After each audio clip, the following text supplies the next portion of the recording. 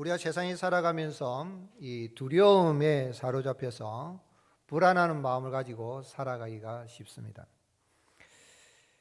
나폴레온 힐은 두려움을 이기는 습관이라는 책에서 인생이 마주하는 두려움을 7가지로 이렇게 이야기를 했습니다. 뭐 더 있겠지만은 가난에 대한 두려움, 비판에 대한 두려움, 질병에 대한 두려움, 시련에 대한 두려움, 자유의 상실, 또 노화와 죽음에 대한 두려움이 있다 그랬습니다.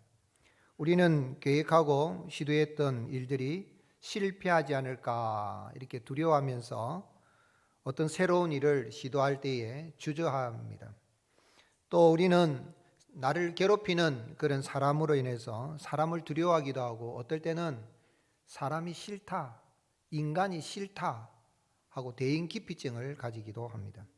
또 내 몸에 어딘가 조금 컨디션이 좋지 않으면 아이고야, 내가 큰 병 걸린 거 아닌가, 또 병원에 가라 그래도, 의사 선생님 좀 만나라 그래도 마음속 한켠에는 내가 혹시라도 큰 병 아닌가 싶어서 진찰을 받는 것도 두려워합니다. 여행을 갈 때도 내가 혹시 큰 사고를 당하지는 않을까 염려하고 두려워하기도 하고, 믿었던 사람에게 배신당하지 않을까, 이 사람 정말 믿을 만한가, 또 배신을 당했을 때는 그럴 수 있는가 하고 낙심도 하고 사람에 대해서 두려워하기도 합니다. 그런데 어떤 경우에는 가만히 있어도 마음이 불안하고 그냥 가슴이 달달달 떨리면서 괜한 두려움이, 걱정이 생기기도 합니다. 특별히 영적으로 내가 이 세상에 살아가면서 하나님을 믿는 믿음으로 살아가고 있는데, 내가 그렇게 기도했는데 왜 내게 질병이 생기는가, 왜 내 하는 일은 잘 안 되는가, 이런 여러 가지 어려움이 찾아오게 되면 그로 인하여서 낙심하기도 하고, 내가 하나님 한 분만을 의지했는데 하나님 왜 나를 안 도와주시는 거야 하면서 하나님에 대한 의심과 두려움을 가질 수도 있습니다. 그러나 바라는 것은 우리 모든 성도님들 삶 속에 일어나는 모든 이 두려움을 주님을 믿는 믿음으로 다 이기고 우리 주님이 주시는 평안을 누리며 살아가는 복된 나날이 되시기를 예수님의 이름으로 축복합니다. 그럼 어떻게 하면 모든 두려움에서 벗어나고 늘 평안하면서 행복한 삶을 살고 행복한 믿음의 여행을 할 수 있겠습니까? 오늘 읽은 말씀은 회당장 야이로가 예수님께 찾아와서 자신의 딸을 고쳐달라 그래서 병들어 죽어가고 있는 자기 딸을 살려달라고, 고쳐달라고 할 때에 예수님이 길을 가시다가 12회를 혈루증으로 앓고 있는 여인을 만나서 그 여자를 이렇게 고쳐주시고 또 대화하는 가운데에 이제 딸아, 내 믿음이 너를 구원하였으니 건강하라, 평안할지어다, 이런 말씀을 하고 있을 때에 이제 야이로의 집에서 사람들이 와서 한 이야기입니다. 사람들이 와서 당신 딸 죽었습니다. 더 이상 그 선생 괴롭히지 말고, 이렇게 왜 괴롭힙니까? 그런 이야기를 합니다. 말하자면 이제 살아 있을 때는 병들어도 그 병든 자 고치고 귀신도 쫓아내니까 그 나사렛 예수가 오게 되면 그 선생이라는 그가 고칠 수도 있겠지만 이제 죽었는데 이제 더 이상 괴롭히지 마십시오. 그런 말을 할 때 예수님께서 이 야이로에게 두려워 말고 믿기만 하라, 그래 말씀합니다. 그리고 나서 예수님은 베드로, 야고보, 요한만을 데리고 회당장의 집에 가는데, 그 집에 가니까 사람들이 통곡하고 울고 있습니다. 그럴 때 예수님은 아이가 죽은 것이 아니라 잔다라고 하니까 사람들은 아주 비웃으면서, 그럴 때에 예수님께서 아이의 그 아버지하고 어머니 또 베드로, 야고보, 요한 데리고 죽은 아이가 있는 그곳에 가서 달리다구마여서 그 아이를 살리시는 그런 내용입니다. 자, 여기에서 왜 예수님께서 지금 야이로가 찾아와서, 회당장이 찾아와서 자기의 자존심도 다 내려놓고 발 앞에 엎드려서 딸을 살려달라고 했는데 왜 빨리 가지 않고 속히 가지 않고 길 가다가 그 혈루증 이 여인을 만나가지고 또 고쳐주시고 하다가 결국은 시간이 지체되어서 이제 자기 딸이 죽게 되는 그런 지경에 이르게 하십니까? 어떻게 보면 이 마가가 이 마가복음을 기록하는 가운데에 야이로가 와서 엎드렸더 이렇게 간청했던 것과 또 혈루증 여인을 또 고쳐준 것과 그 다음에 다시 또 야이로의 딸이 죽은 사건을 기록하고 있는 걸 보면 예수님이 의도적으로 지체하고 계신 것으로 볼 수도 있습니다. 혈루증 여인이 새치기 하지 않았다면, 그렇다면 아마 야이로의 딸이, 자기 딸이 죽기 전에 예수님 가셔서 고쳐주시고 죽지 않도록 해 주실 수 있을 것인데, 왜 예수님께서 회당장의 그런 간청을 들었음에도 불구하고 빨리 가서 이렇게 그의 딸을 살려주지 않고 지체하는 그런 모습을 보입니까? 그리고 오늘 본문에서 어떻게 하면 우리 인생 살아갈 때에 참 일어나고 있는 모든 두려움에서 벗어나고 참 평안을 누리고 행복한 삶을 살아갈 수 있는 길을 알 수 있겠습니까? 예수님께서 회당장 야이로가 와서 그렇게 자기 딸을 참 손을 얹고 안수기도 해서 고쳐달라고 할 때에 어떻게 보면 예수님이 혈루증 여인을 고치다가 시간이 지체되는 것 같은 이런 모습 속에 야이로의 간청을 무시하거나 또는 야이로의 딸에 관심이 없어서가 아니라 오늘 마가를 통하여서 하나님이 우리에게 이 사건을 기록하고 예수님이 이렇게 하신 이 이유가, 그 목적이 뭐냐면 예수님은 믿는 자를 구원하여서 영원한 생명의 나라로 인도하시는 부활과 생명의 하나님이신 것을 알게 하기 위함인 것입니다. 오늘 여러분, 우리가 생각할 때는 죽음은 다 끝났다 싶어도 우리 예수님은 부활과 생명의 주님으로 믿는 자는 구원하여서 죽음이 없는 영원한 생명의 나라로 인도하여 주십니다. 예수님께서 회당장 야이로 집에 가니까 사람들이 떠들고 심히 통곡하고 있습니다. 39절에 그럴 때 예수님께서 뭐라고 말씀하셨습니까? 들어가서 그들에게 이르시되 너희가 어찌하여 떠들며 우느냐? 이 아이가 죽은 것이 아니라 잔다. 아이가 죽었는데도 잔다 그러니 사람들은 참 받아들일 수 없죠. 저 젊은 청년 예수 선생이라는 자가 정신없는 소리 하네 하면서 비웃고 있는 것입니다. 그런데 예수님이 이 아이가 잔다 하는 건 예수님이 죽은 걸 모르는 게 아니죠. 사람들 눈에 죽었습니다. 그러나 예수님 앞에서는 죽은 자라도 자는 것과 같고 예수님을 믿는 자에게는 영원한 죽음이 없는 영원한 생명이 있음을 이 말씀 속에서 주님이 말씀하고 계신 것입니다. 예수님은 그렇게 비웃는 자들을 다 내보내시고 믿음 없는 자들을 내보내신 후에 아이 부모와 그리고 자기와 함께한 베드로, 야고보, 요한을 데리고 가서 그 아이를 향하여서 뭐라고 말씀하셨습니까? 41절에 그 아이의 손을 잡고 이르시되 달리다고 하시니 번역하면 곧 내가 네게 말하노니 소녀야 일어나라 하십니다. 여기 달리다고 말 때 달리다 하는 것은 아람어 히브리어하고 비슷한데 이 작은 소녀야 그런 말이고 쿰 하면 쿰, 콤 이러면 일어나라, 가라, 오라 그런 이야기, 일어나라 하는 이야기죠. 그런 뜻인데 오늘 주님이 달리다곰 이렇게 말씀하신 걸 통하여서 예수님은 말씀으로 천진 만물을 창조하신 창조주 하나님이실 뿐만 아니라 말씀으로 병든 자도 고치시고 죽은 자도 살리시는 부활과 생명의 하나님이신 것을 보여주는 것입니다.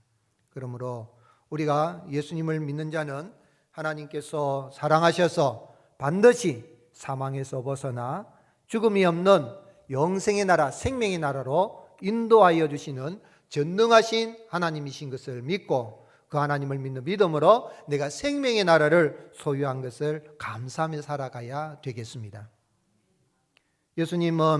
예수님께서 이런 말씀하시니까 곧 소녀가 일어났다. 마가복음에 반복적으로 가장 많이 나오는 단어 중에 하나가 뭐냐면 곧, 이두스, 이미디어트리, 즉시 그런 말입니다. 주님 말씀하시니까 지체하지 않고 즉시 곧 아이가 일어나서 걷기도 하고 그리고 이 아이를 향하여 사람들이 놀라고 있을 때에 예수님 뭐라고 말씀하셨습니까? 43절 예수께서 이를 아무도 알지 못하게 하라고 그들을 많이 경계하시고 이에 소녀에게 어떻게 하라 그랬습니까? 먹을 것을 주라는 거예요. 이 소녀가 병들어서 여러분 사람이 병들고 아프면은 음식이 맛이 있습니까? 맛없어요. 죽을 때가 되면 밥맛이 떨어집니다. 여러분 사는 날 동안에 밥을 맛있게 드시기를 주님으로 축복합니다. 병들면 그런 거예요. 그래 이 아이가 나았다 살아났다는 그냥 결국 눈 뜨고 엄마 이래 살아난 게 아니고 일어나서 걷고 또 그동안 아파서 먹지도 못했는데 먹고 소화할 수 있는 건강한 모습으로 다시 살아났다라는 그런 의미에서 주님이 소녀에게 먹을 것을 주라 그렇게 말씀하신 것입니다. 뿐만 아니라 오늘 이것은 이 사건은 부활하신 예수님에 대한 전조, 예수님이 부활하실 것에 대한 그런 것을 알리는 사건이 되는데 오늘 여러분 이 부활이라는 것은 실제적으로 영혼만 부활하는 것이 아니라 우리가 부활체를 입으면 오늘 이 소녀가 살아나서 음식을 먹는 것처럼 오늘 영혼도 부활하지만 우리 육체도 부활체를 입고 음식을 먹고 마시면서 살아가는 그러한 실제적인 나라, 실존의 나라인 걸 말씀하여 준 것입니다. 그래서 부활하신 예수님께서 낙심해서 고기 잡으러 옛생활로 돌아간 7명의 어부 제자들을 만나서 주님이 그들을 만나서 무엇을 준비해 주셨습니까? 제자들을 위해서 아침 조반을 준비해 주셨는데 요한복음 21장 9절에 육지에 올라보니 숯불이 있는데 그 위에 뭐가 있다 그랬습니까? 생선도 놓였고 떡도 있더라 그랬어요. 언제 기회가 닿으면은 제가 바닷가에 가 요즘은 밖에 나가서 불 피우고 숯불로 고기 구워 먹는 걸 5월달까지는 안 된다고 이렇게 이 화재 예방 때문에 그랬는데 한번 기회 닿으면 여름날이라도 바닷가에 가지고 숯불에 한번 생선도 떡도 한번 구워 먹고 싶어요. 맛이 좋을 것 같아요. 숯불 생선구이 맛있을 것 같은데 이게 뭐냐면 부활이라는 것은 우리가 들어가는 영원한 생명의 나라는 관념상에 있는 생각 속에 있는 그런 나라가 아니라 실제적으로 존재하는 나라. 예수님은 분명히 말씀하셨습니다. 누가복음 24장 39절에 내 손과 발을 보고 나인 줄 알라 또 나를 만져보라 영은 살과 뼈가 없으되 너희 보는 바와 같이 나는 있느니라. 아멘이십니까? 여러분 부활이라는 건 영혼만 부활하는 거 아니에요. 자유주의 이런 신신학자들은 부활을 남북이 통일이 된 걸 부활이다 또는 생각의 부활, 예수 사상으로 사는 게 부활이다. 예수 사상이 이렇게 사라지는 게 그게 부활이다. 근데 물론 뭐 일리가 있는 말이 될 수 있지만 그것만 말하는 거 아니에요. 예수 사상이나 정말 안 된 게 대교하는 것도 있지만 영혼만 부활한 거예요. 어떤 사상의 부활이 아니라 실제적으로 부활체를 입고 주님이 예배하신 그 나라에 우리가 들어가게 될 때에 영혼도 부활하지만 육체도 우리가 부활하여서 하나님 나라의 아름다운 것을 먹고 마시며 누리며 살아가게 하시는 은혜를 베풀어 주시는 것입니다. 마태복음은 유대인을 대상으로 메시아이신 예수님에 대해서, 마가복음은 로마에 있는 이 이방인들을 대상으로 하여서 능력의 예수님, 하나님의 아들이신 예수님에 대해서 기록을 했습니다. 누가복음은 헬라인을 대상으로 예수님은 완전한 인간이시다 하는 것이 주관점이고, 요한복음은 모든 세계인을 대상으로 예수님은 신이시다 하는 것을 이렇게 증언하기 위해서 기록이 되어졌는데, 마가 요한은 예수님께서 믿는 자를 구원하여 영원한 생명의 나라로 인도하기 이 땅에 오신 부활과 생명의 하나님이신 것을 증언하고 있는 것입니다. 그래서 마가복음 시작할 때에 예수님의 그 탄생이라든지 어릴 때의 어떤 뭐 그런 이야기들은 다 생략이 되고 바로 예수님의 공생의 사역으로 바로 들어갑니다. 그래 마가복음 1장부터 시작해서 베드로의 장모를 열병에서 고쳐주시고 해서 병든 자 고치고 귀신을 내어 쫓고 하는 그런 일들을 기록을 하는 가운데 오늘 말씀에서 이 12예를 혈루증으로 하는 여인도 고쳐줄 뿐 아니라 이게 죽은 자, 이미 죽어서 끝났다 싶어도 주님이 이렇게 고쳐주신 것은 하나님의 나라는 질병도 없고 아픈 것도 없고 곡하는 것도 없고 사망이 없는 그런 하나님의 나라다 하는 걸 알게 하기 위해서 기록한 것입니다. 그러므로 우리가 예수님을 믿는 믿음으로 생명의 나라를 소유하게 된 걸 감사하며 이 세상에 살아갈 때에 죽음도 두렵지 않다면 무엇이 두렵겠습니까? 주님이 지금 참 평안을 누리며 살아갈 수 있기를 주님이 축복합니다. 프랑스의 시인이자 소설가이고 극작가로 유명한 빅토르 유고는 죽음이 가까워질 때에 그는 영생에 대해서 확신을 가지고 그런 말을 했습니다. 겨울은 내 머리 위에 있고 영원한 봄은 내 마음속에 있다. 내가 종말에 더 가까이 갈수록 내세의 영원한 교향곡은 내 주위에 더 분명히 들린다. 반세기 동안 나는 산문과 시로서 내 사상을 기록했으나 내 속에 들어있는 것의 1,000분의 1도 발표하지 못한 줄로 생각된다. 내가 무덤으로 내려간 때에 나의 일생의 과업은 끝날 것이나 다른 날이 그 다음 아침을 시작할 것이다. 인생은 황혼과 함께 끝나지만 새벽 빛과 함께 열린다. 오늘 여러분 그렇습니다. 우리가 죽음으로써 끝난 것 같아도 그것이 아니라 영원한 생명의 나라에 들어가게 되는 것이요, 이 땅에서도 예수님을 믿는 사람은 생명의 기쁨이 넘치는 그러한 모든 두려움을 떨쳐버리고 평안한 삶을 살아가게 되는 것입니다. 그런 구원의 은혜를 베풀어 주신 것을 감사하며 살아가는 저와 여러분이 되시기를 예수님의 이름으로 축복합니다. 그럼 이렇게 예수님 믿고 죽음이 없는 영원한 생명의 나라를 상속받고 이 땅에서도 생명의 기쁨이 넘치는 하나님의 나라를 누리며 살아계신 은혜를 받은 성도는 어떻게 살아야 되겠습니까? 성도는 부활과 생명의 주 예수님을 믿는 믿음으로 모든 두려움을 떨쳐버리는 사람입니다. 집에서 사람들이 와서 자기 딸이 죽었다는 소식을 전하면서 당신 딸 죽었습니다. 선생을 어찌하여 더 괴롭힙니까? 이게 선생님도 아니고 선생을 좀 번역을 하면서 그 선생이 그 나사렛 예수가 그 뭐 좀 이름을 고치고 하긴 하는데 죽은 사람은 못 살리지 않느냐, 그런 이야기지요. 이런 말을 들었을 때 회당장 마음속에는 슬픔과 두려움이 찾아왔을 것입니다. 낙심이 찾아올 것입니다.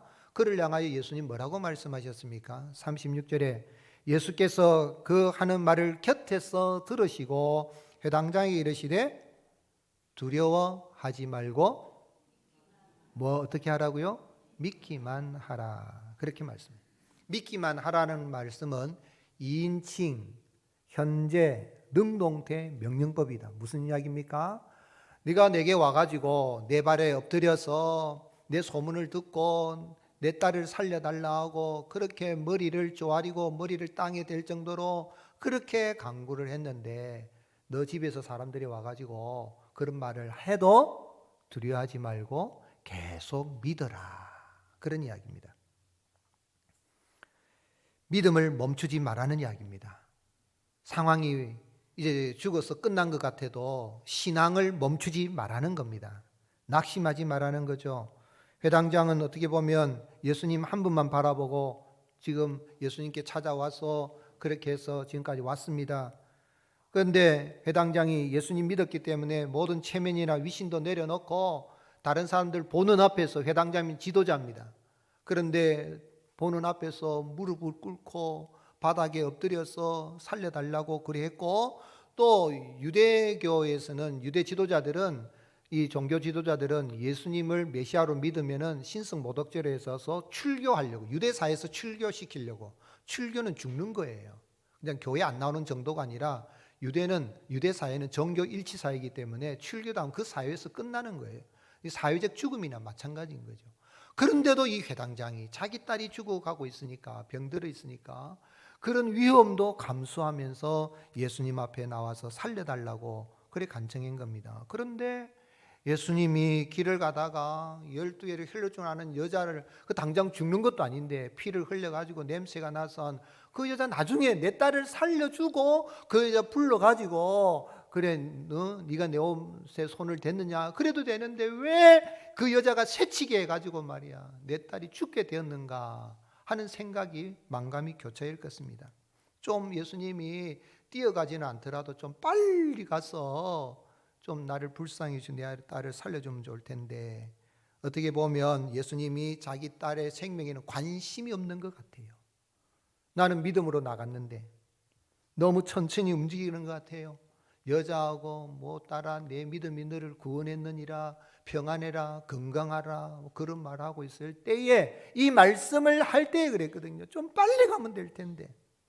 여기에서 우리의 믿음이 연약해지고 낙심이 될 게는 그런 이유를 찾아볼 수 있습니다. 우리가 예수님 믿다가 뭔 일을 하다 보면 믿음으로 했는데 실패가 되고 하면 왜 세상에 난 믿음으로 하려고 했는데 왜 이런 일이 생기는가 하는 그런 낙심이 찾아오고 두려움이 찾아올 수 있습니다. 내가 한번 세상적인 방법으로 한번 다 해보고 이랬더라면 내가 후회도 없을 건데 그래도 믿는다고 주일도 성수하고 믿음으로 기도도 하고 그렇게 했는데 이게 뭐야? 정말 하나님 살아계신 거야? 하나님 내 기도 들어주시는 거야? 사람들도 기도하면 뭐해? 너 그냥 그대로 네 상황은 그대로인데 라고 말을 할 정도로 네 하나님 어디 있어? 뭐 기도한다고 되나? 기도는 그냥 자기 마음 살피고 자기를 하나님의 마음 추스리는 정도지 무슨 기도의 능력, 성경의 복음서에 나오는 기적이 지금도 일어날 줄로 믿느냐? 아니다. 그런 기적 안 일어난다. 이런 생각이 들 수가 있는 것이죠. 그럴 때 하나님을 믿는 믿음에 대해서 이게 뭐야 하는 생각이 들고 낙심이 될 수도 있지만 그때 바로 그때 진정한 믿음이 있는가? 믿음이 필요합니다. 오늘 여러분 실망하지 않고 그런 상황이라 할지라도 두려워하지 말고 믿기만 해라. 계속 믿고 나가면 네가 생각하지 못했던 놀라운 기적 같은 일을 경험하게 될 것이다. 주님 그리 말씀하신 거예요.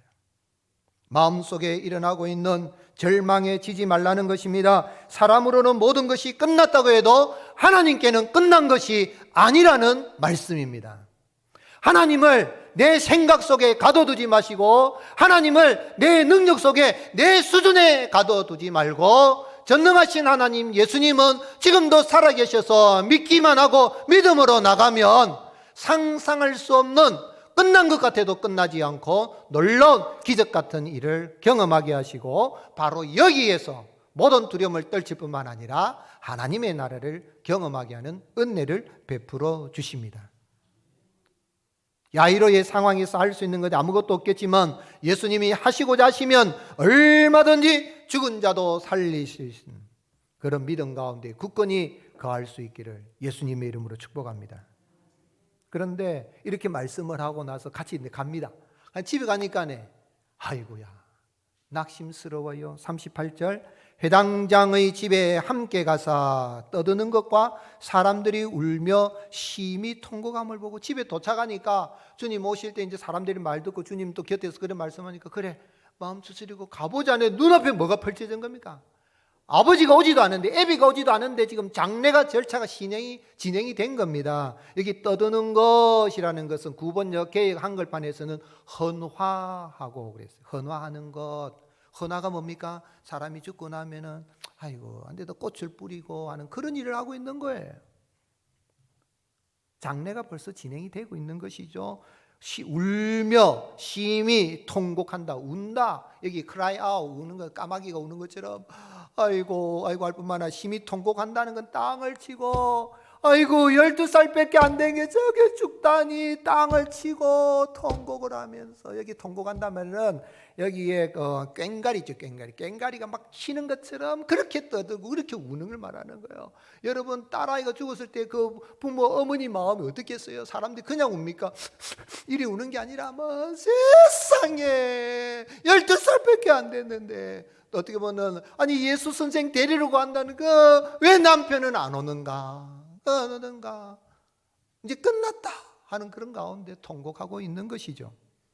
야이로가 이런 상황을 보게 되면 아무리 예수님의 말씀을 들어도 쉽게 마음이 동요되고 믿음 가운데 거하기 힘들었을 것입니다. 그러나 바로 그런 상황에서도 두려움을 버리고 믿음 가운데 거하면 거기에 우리가 상상할 수 없는 기적 같은 은혜를 주님이 베풀어 주신다.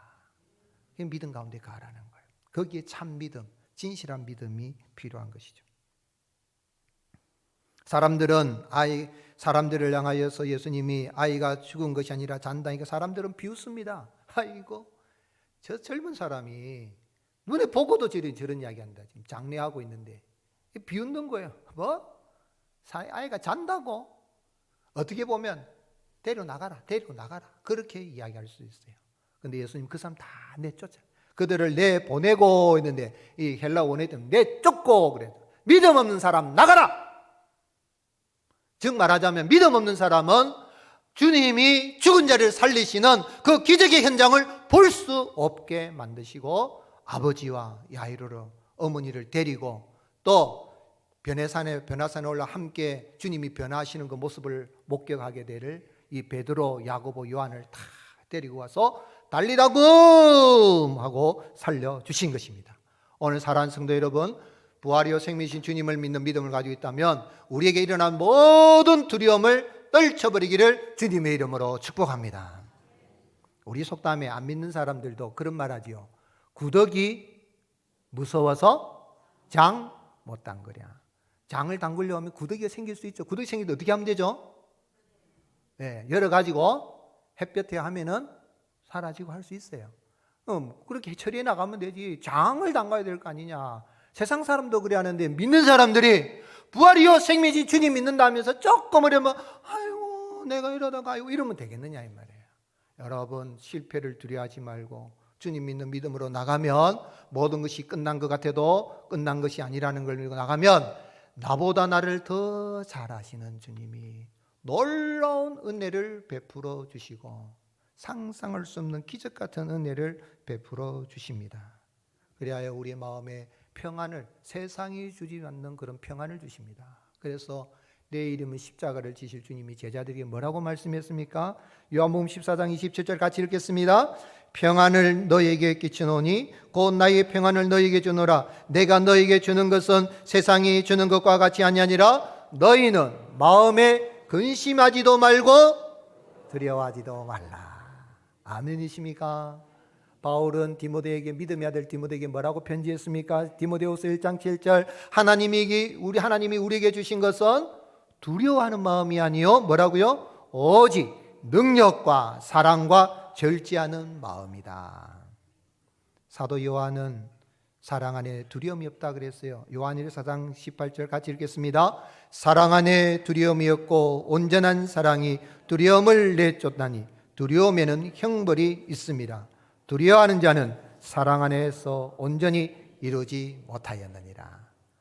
부활생이신 주님 믿어 죽음이 없는 생명의 나라를 소유하게 이 땅에서도 생명의 기쁨이 넘치게 하신 그 은혜를 우리가 감사하면서 그 주님을 믿는 믿음으로 모든 두려움을 떨쳐버릴 수 있기를 주님의 이름으로 축복합니다. 깨어라 일어나라 달리다금 일어나라 일어나라 죄악에 잠자던 영혼아 달리다금 깨어라 일어나 걸으라 어둠은 물러가고 새날이 다가오네 주님 오실 날 멀잖았네 어둠 속에 잠자던 영혼 일어나라 일어나 걸으라 다 같이 달리다금 일어나라 아멘이십니까? 어둡습니까? 두렵습니까? 어두움이 깊어지면 새벽이 다가온다는 이야기입니다. 새날을 주신 주님을 바라보며 우리에게 일어난 모든 두려움을 이기고 주님의 평안을 누리며 승리하며 살아가는 저와 여러분이 되시기를 예수님의 이름으로 축복합니다.